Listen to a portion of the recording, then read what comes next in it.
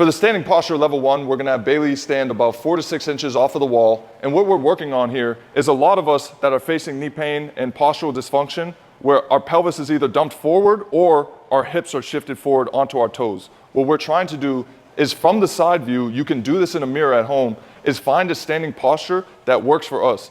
The problem is a lot of us have trouble, because of the tight hip flexors, accessing that posterior pelvic tilt. So the first thing we're gonna do is work from the ground up. I want Bailey to find that foot tripod, evenly distribute his weight among all those 3 points of contact. The second thing he's gonna do is try to breathe into some expansion in his upper body. What we're trying to do is, instead of being compressed down by gravity, we are using our tensional forces in our upper body to breathe up and then out into that big T.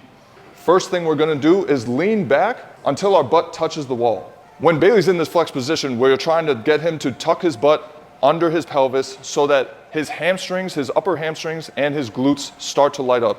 Then I'm gonna ask him to find that same breath and same expansion into his upper body. So right now, he should be feeling a lot of glutes and a lot of upper hamstrings. Continue calibrating how you feel in your feet and how you feel up the rest of the posterior chain.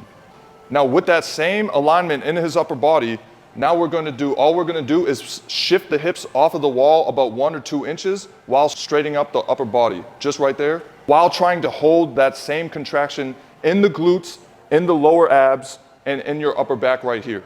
A key for us is not rushing out of that flex position. When you rush and skip that range of motion, you might just go back into the same position that you started with. What we are trying to do is find those 3 areas of glute engagement, deep core muscle engagement, and then upper back engagement. And then what we're doing is slowly coming out of that while trying to hold tension in all those 3 spots.